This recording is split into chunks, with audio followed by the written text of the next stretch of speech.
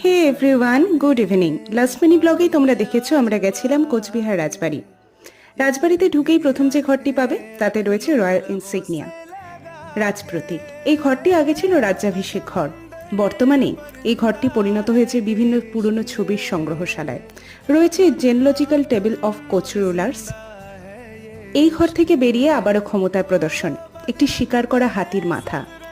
7টি সংগ্রহশালায় রয়েছে royal sofa, standard weights, ব্যবহার্য অনেক জিনিসপত্র, বিলিয়ার্ড বোর্ড, আরও কত কি। এই সব কিছুর মধ্যে যেটি সব থেকে বেশি ইম্পর্টেন্ট সেটি হলো agreement between state of Cooch Behar and dominion of India.